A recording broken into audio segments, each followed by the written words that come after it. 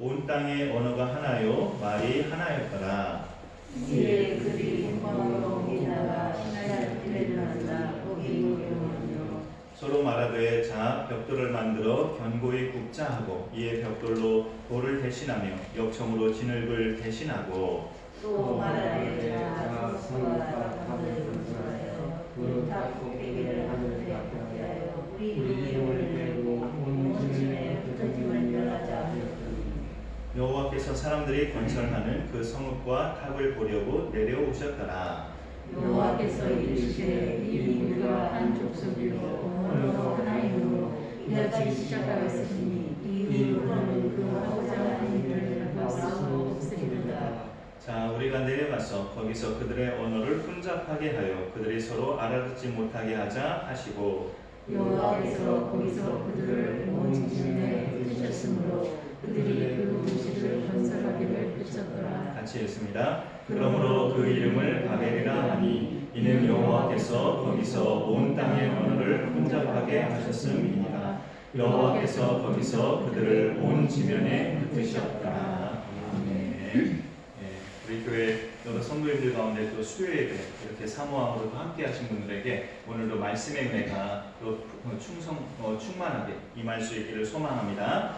하나님이 정말 살아계시다는 것을 우리는 믿음의 사람이니까 종종 느낄 때가 있는데 어느 때 또 이렇게 하나님의 살아계심을 느끼게 되냐면 오늘 말씀의 제목처럼 인간의 계획을 허무실 때 인간의 야심찬 계획이 보기 좋게 허물어지는 그런 모습을 볼 때마다 하나님은 정말 살아계시는구나 라는 것을 깨닫게 돼요.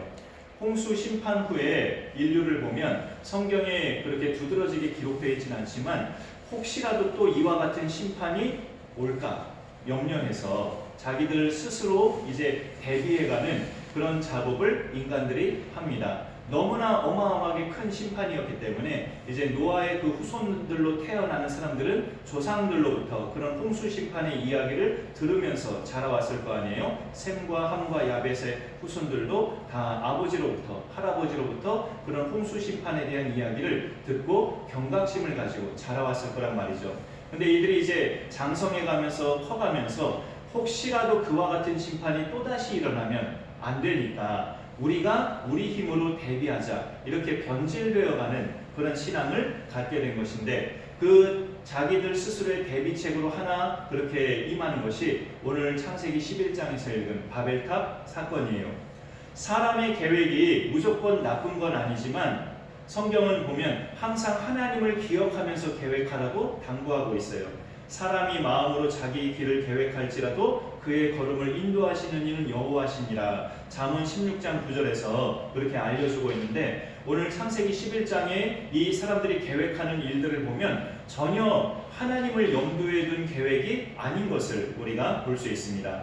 4절에 보시면 또 말하되 성읍과 탑을 건설하여 그 탑 꼭대기를 하늘에 닿게 하여 우리 이름을 내고 온 지면에 흩어짐을 면하자 이렇게 사람들이 이야기를 하고 있습니다. 차 뭐 빼야 되나요?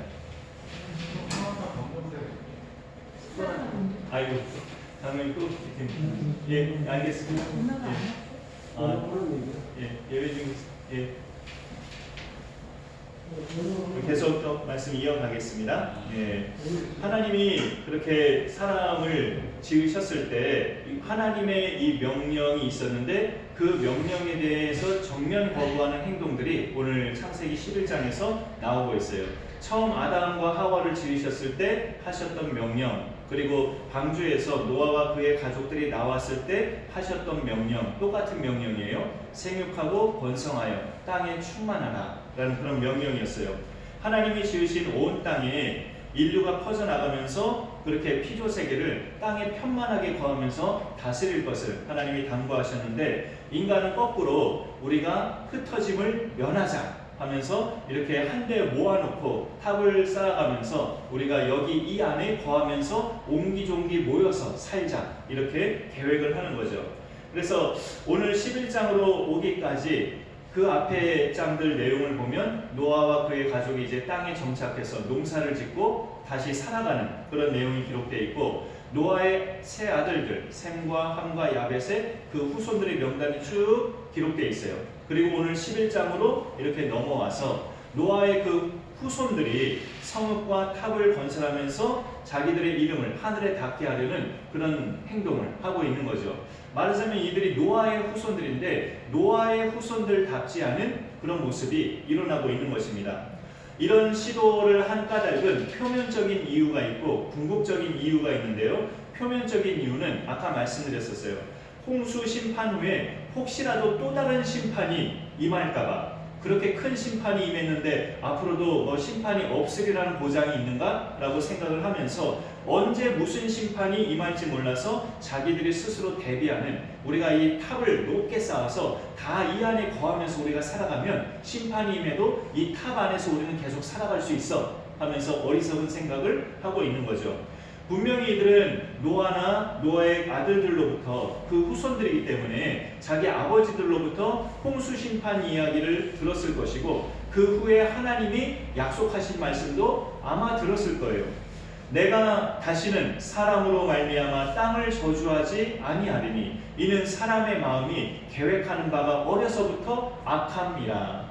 창세기 8장 21절인데 이 말씀이 먼저 임했던 말씀이에요. 하나님의 말씀이 노아의 가족들에게. 보통 우리가 기억하는 말씀은 어떤 말씀이냐면 다시는 모든 생물을 홍수로 멸하지 아니하리라. 우리가 보통 기억하는 말씀은 그 말씀이에요. 내가 다시는 물로 심판하지 아니하리라. 그 말씀도 분명히 하셨지만 그보다 앞에 먼저 하셨던 말씀이 내가 다시는 사람 때문에 땅을 저주하지 아니하리라. 사람은 애당초 악하게 태어나고 생각하는 바가 늘 악하기 때문에 저주한다고 소용이 없다. 내가 다시는 사람 때문에 땅을 저주하는 일은 없을 것이다. 그 말씀을 먼저 하셨다고요. 그러면 노아와 그의 가족들이 그 말씀을 들었으니까 이 세 아들도 태어난 후손들에게 하나님의 말씀을 전했을 것인데요. 여러분이 믿음이 제대로 계승되지 않은 상태에서 선조가 죽으면 후손들의 믿음 생활은 불확실해집니다. 제대로 믿음이 계승이 되고 선조가 죽었을 때 그 후손들도 믿음의 계승이 잘 제대로 이어가는데 선조가 죽기 전에 후손들에게 믿음을 제대로 계승하지 않으면 자기가 죽고 나면 그 후손들이 믿음 생활하는 것은 불투명해져요. 그래서 우리가 이 셈과 함과 야벳 노아의 세 아들 중에 누군가는 아마 함이었을지 모르겠지만 누군가는 후손들에게 하나님의 이 말씀을 제대로 계승하지 않았다는 것을 우리가 느낄 수가 있죠. 이렇게 탑을 쌓고 하나님 명령과는 반대되는 우리가 흩어짐을 면하자, 여기 다 같이 모여서 우리가 뭉쳐서 살자, 이렇게 움직이는 것을 보면은 노아의 그 아들들 중에 누군가가 하나님 말씀을 제대로 계승하지 않은 거죠. 하나님이 분명하게 말씀하셨다. 땅에 충만하고 땅에 편만하라고. 우리가 그 말씀에 순종하면서 살아야 된다. 우리가 자손을 많이 번성케 해서 흩어져서 멀리 또 하나님이 만드신 자연과 땅을 우리가 다스려야 된다. 이렇게 하나님 말씀을 제대로 계승하고 살았으면 오늘 이렇게 바벨탑 사건이 일어나지 않았을 수 있죠. 하나님 말씀이 사람의 마음에 제대로 심겨지지 않으면 두 가지가 반응되는데요. 아담과 하와도 그랬고 이들도 그렇고요. 두 가지 반응은 하나님을 믿지 못하는 불신, 하나님이 자기들과 끝까지 함께 하시고 다시는 내가 물로 심판하지 않겠다, 땅을 저주하지 아니하리라 그렇게 분명히 말씀하셨는데 그걸 못 믿어서 또 언제 심판이 일어날지 모르니까 우리가 탑을 좀 쌓자, 이렇게 하나님을 불신해서 바벨탑을 쌓기 시작한 거거든요. 그런 점에 있어서 하나님 말씀이 제대로 심어지지 않으면 불신이 임합니다. 불신. 하나님을 못 믿는 불신. 그 다음에 또 하나 임하는 것이 뭐냐면 하나님처럼 되고 싶은 교만. 이게 말씀이 심어지지 않은 사람에게 임하는 두 가지 죄악이죠. 하나님을 믿지 못하는 불신과 하나님과 같이 되고 싶은 교만. 이것이 말씀이 임하지 않은 자에게는 거의 다 모두에게 그렇게 임하는 그런 결과물이에요. 사람들이 탑을 쌓고 흩어짐을 면하고 싶어 했던 진짜 이유는 자신들이 하나님처럼 되고 싶어서였어요. 자기들의 이름이 하늘에 닿고 싶어서. 오늘 그 4절 아까 다시 읽었지만 그 4절 딱 중간에 보면 그 탑 꼭대기를 하늘에 닿게 하여 우리 이름을 내고 라는 이런 표현이 있습니다. 우리 이름을 내자. 탑을 하늘에 닿게까지 해서 우리 이름을 하늘에다 내고 온 땅에 우리 이름을 그렇게 퍼뜨리자 라고 그렇게 나와 있습니다. 살아갈 것을 퍼져나가면서 살라고 하나님은 말씀하셨는데 이들은 살기는 뭉쳐 살면서 이름만 퍼뜨리자고. 그 이름만 퍼뜨리자는 건 아무런 의미가 없죠. 그렇게 자신들이 퍼져나가서 사는 것이 의미가 있는 것인데 뭉쳐 살면서 이름만 퍼뜨리는 건 누가 그 이름을 들어요?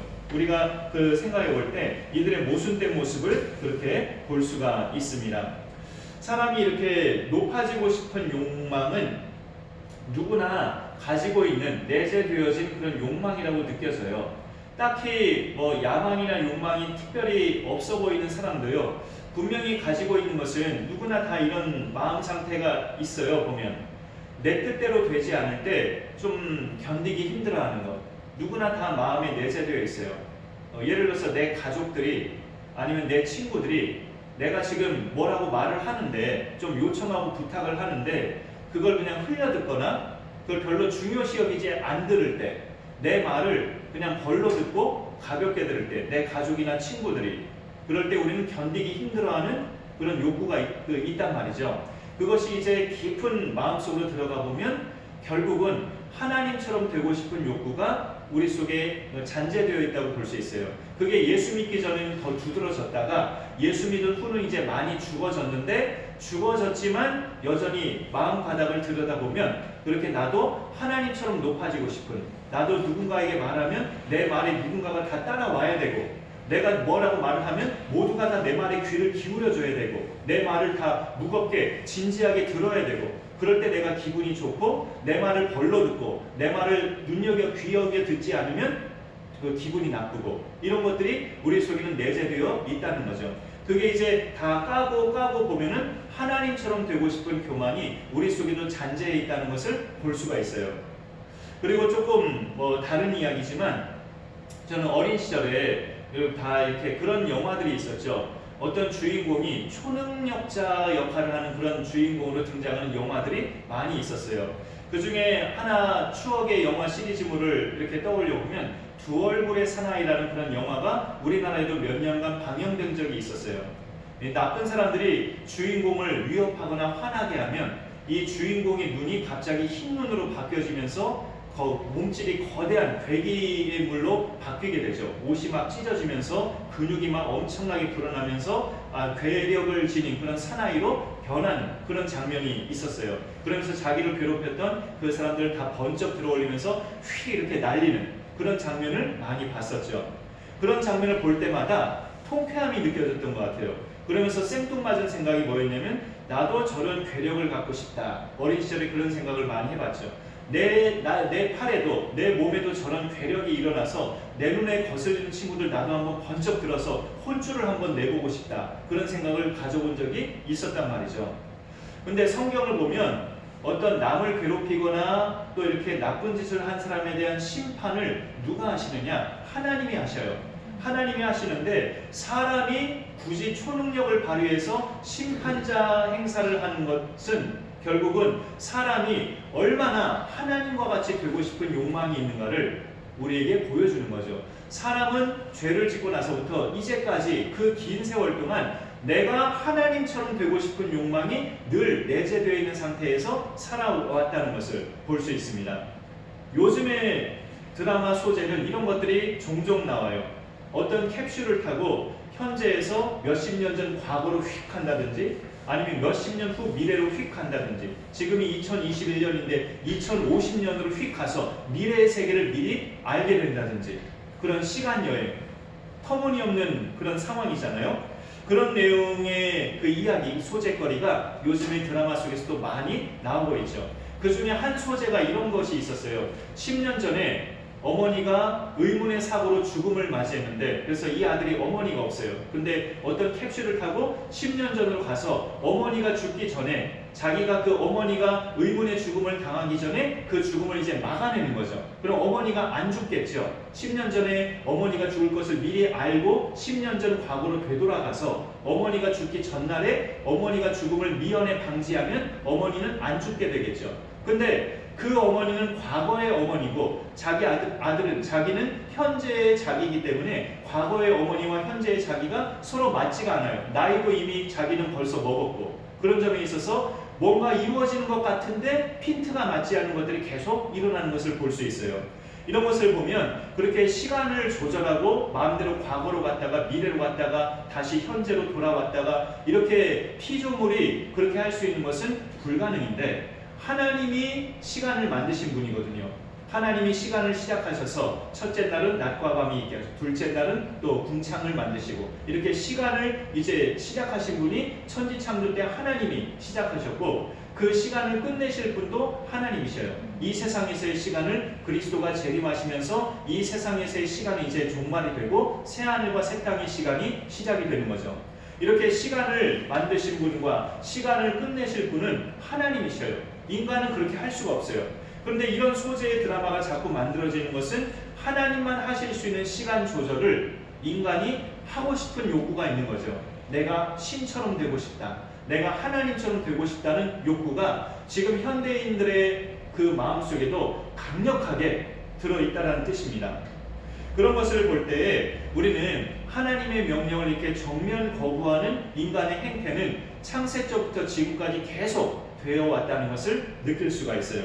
소요리 문답 첫 번째 그 질문과 답을 보면 사람의 제일 되는 목적이 무엇이냐, 그거죠. 사람의 제일 되는 목적은 하나님을 영화롭게 하며 영원토록 그를 즐거워하는 것이라고. 오로지 우리를 지으시고 시간을 만드시고 공간을 만드신 하나님을 영화롭게 하고 그를 영원히 즐거워하는 것이 사람의 제일 되는 목적이지, 사람이 하나님처럼 되고자 하는 것이 제일 되는 목적이 아니에요. 분명하게 말씀하고 있죠. 그 모든 문답서는 이제 성경을 기초로 만들어진 문답서이기 때문에 그게 성경 말씀에 더 명확하게 나와 있죠. 성경에도 너희가 먹든지 마시든지 무엇을 하든지 다 하나님의 영광을 위하여 하라. 고린도전서 10장 31절에 나와 있죠.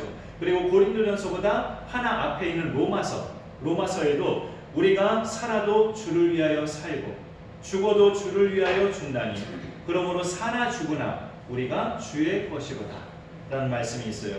우리가 주께 소속되어 있고 그러니 살아도 죽어도 주를 위해서 살고 주를 위해서 죽는 그런 피조물인데, 우리가 주처럼 되고 싶은 하나님처럼 되고 싶은 욕망이 죄가 들어올 때마다 솟구치게 된다는 거죠.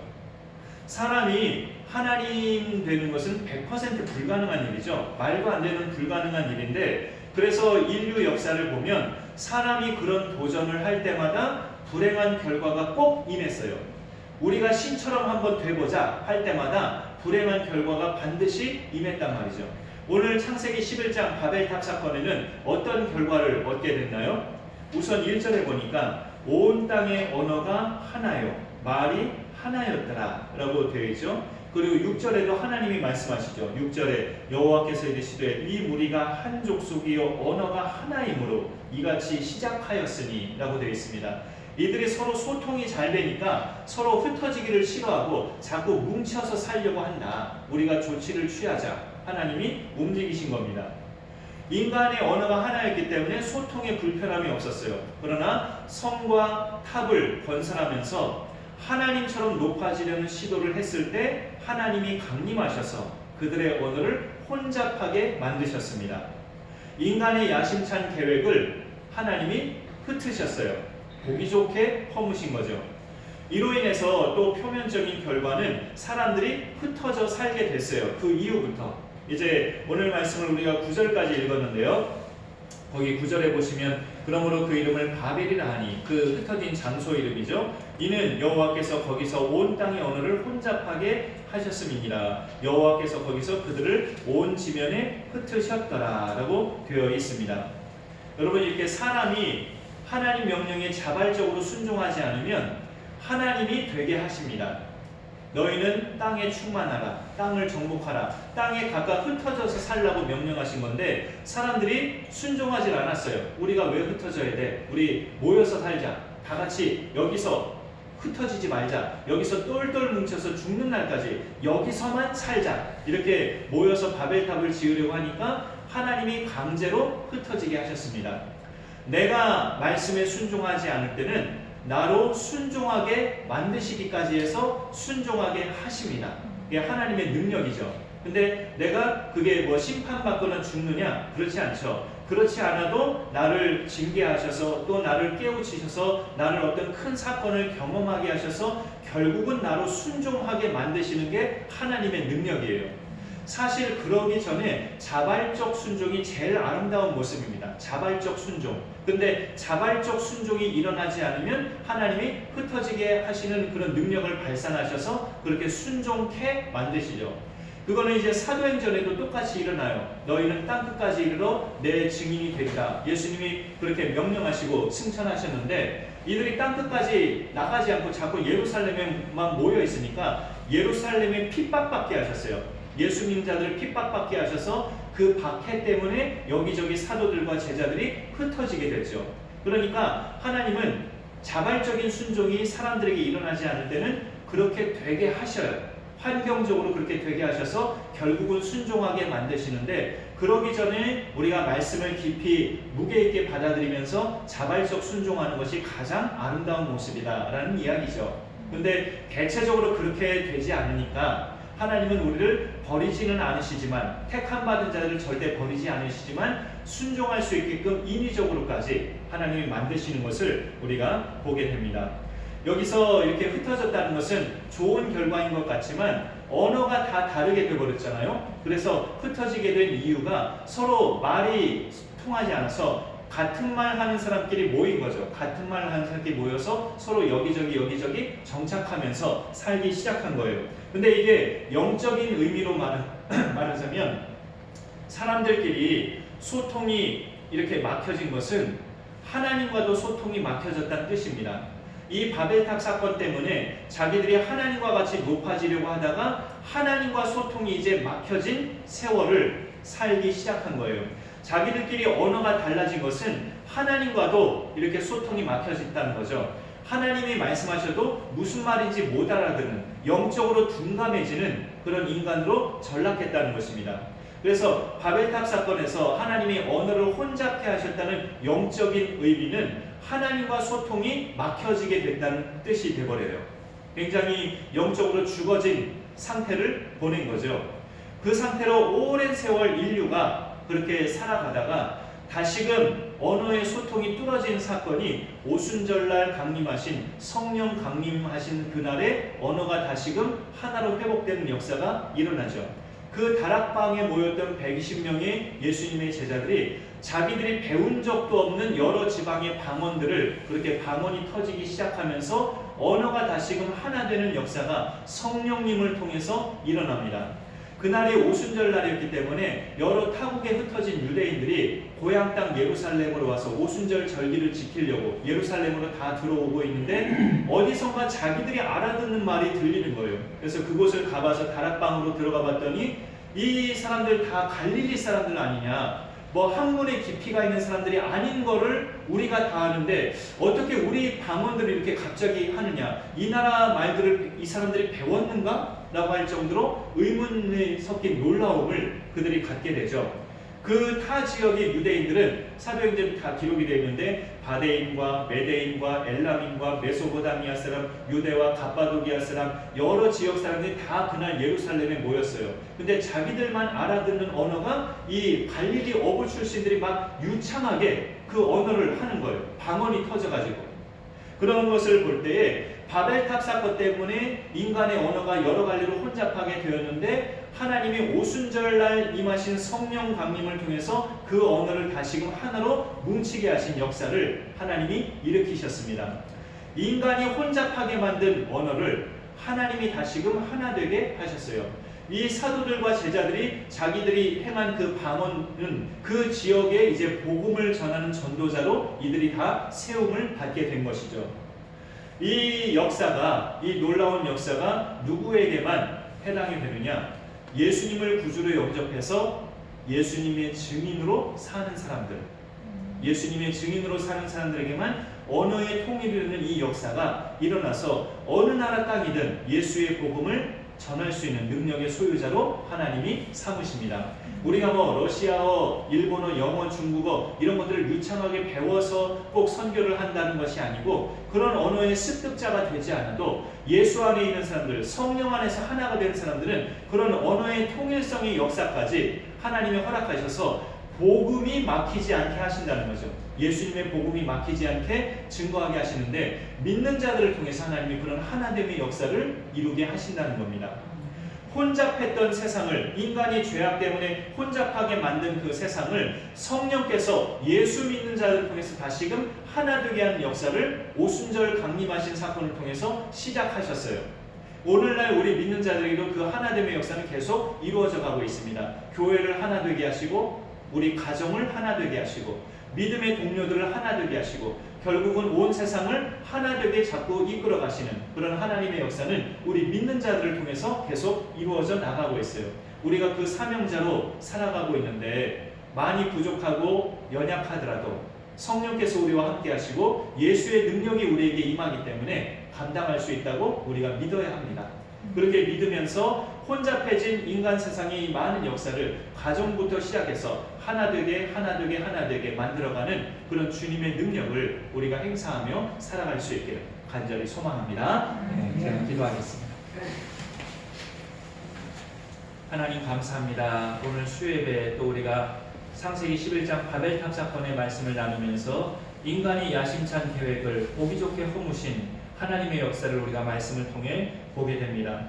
하나님의 말씀 명령을 정면으로 거부하고 땅에 흩어져 살기를 거부하며 뭉쳐 살려고 하다가 또 하나님처럼 높아지려고 하다가 이렇게 보기 좋게 허물어진 인간의 계획을, 인간 삶들을 이렇게 보게 되며 우리 자신이 더욱더 하나님 앞에 겸손히 살기를 결단해 봅니다. 하나님 아버지, 우리가 예수님 믿고 하나님을 아버지라고 부르며 예수님을 주님으로 모시고 살고 있지만 우리 심령 한켠에도 하나님과 같이 되고 싶은 욕망이 여전히 내재되어 있을 수 있다는 것을 우리가 인정하며 언제나 겸손하게 하나님 앞에 엎드리며 하나님의 피조물로서 하나님의 청지기로서 충성을 다해 살아가는 우리 모두가 되게 하여 주옵소서. 그럴 때 하나님은 또 우리의 수고와 모든 그런 신앙생활을 헛되게 보지 않으시고 귀한 상급과 열매로 풍성한 또 은총의 복들로 함께 하시는 우리 좋으신 하나님이심을 우리가 믿습니다. 하나님 아버지, 그런 은혜들을 더욱더 귀한 것들로 바라보면서 이 땅에서 우리는 우리의 본분을 최대한 잘 감당하며 살아갈 수 있도록 하나님 함께하여 주옵소서. 감사드리며 예수님의 이름으로 기도 올리옵나이다. 아멘.